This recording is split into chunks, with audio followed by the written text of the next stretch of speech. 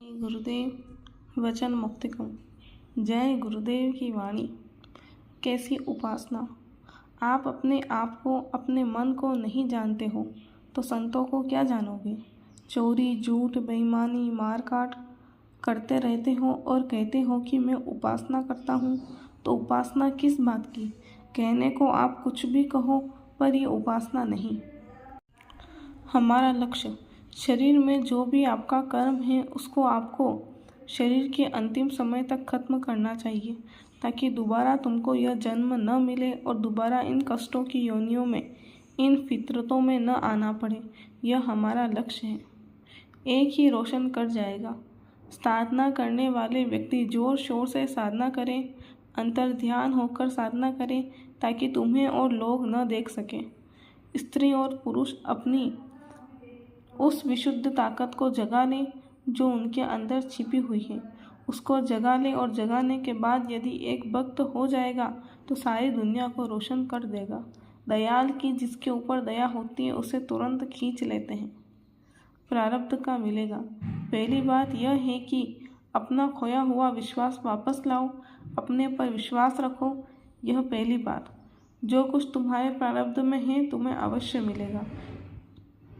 केवल तुम्हें हाथ पैर थोड़ा हिलाने की आवश्यकता है। चीज़ें तुम्हें वही प्राप्त होगी जो तुम्हारे भाग्य में है। महात्मा तुम्हारी ज़रूरत को देखते हैं और अगर तुम्हारे प्रारब्ध में नहीं है तो वे अपनी दया से उसमें थोड़ा जोड़ देते हैं। बंधन से बच जाओगे। दुनिया सुख का सागर नहीं है। आत्मा को अंतिम जगह पहुंचा दो। दुनिया में किसी से स्नेह नहीं, संसार से निर्मोही हो जाओ और उसी अवस्था में प्राण निकले तो तुम बंधन से बच जाओगे। गुरु कृपा का खेल।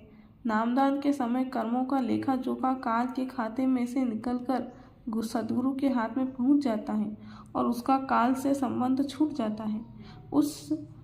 अब शिष्य के संचित कर्म उसे खींचकर रचना में नहीं ला सकते।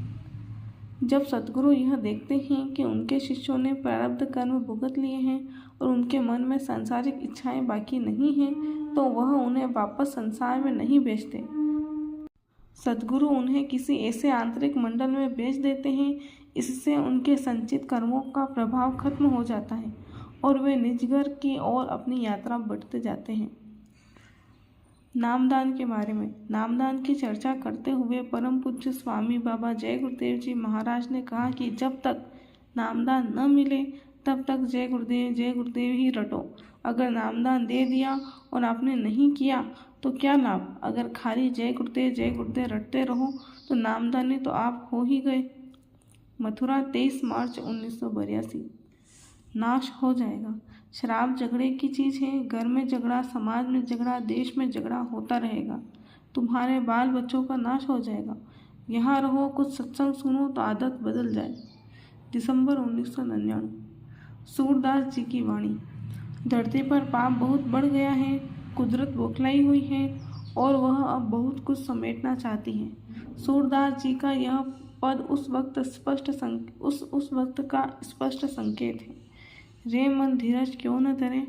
संवत 2000 के ऊपर 56 वर्ष चढ़े। माघ मास 70 व्यापे। सावन ग्रहण परे। शुक्ल एकादश स्वाति क्षय होगी। अर्क को चंद्र चढ़े। उड़ी विमान जावे अंबर में। ग्रह ग्रह युद्ध करे। मारुति विष फेंके सब जग में। जनता अधिक मरे। द्वादश कोश शिखा हो जाकी। कंठ सु तेज भरे। सूरदास होनी सो होई। काहे को सोच करे। जय गुरुदेव।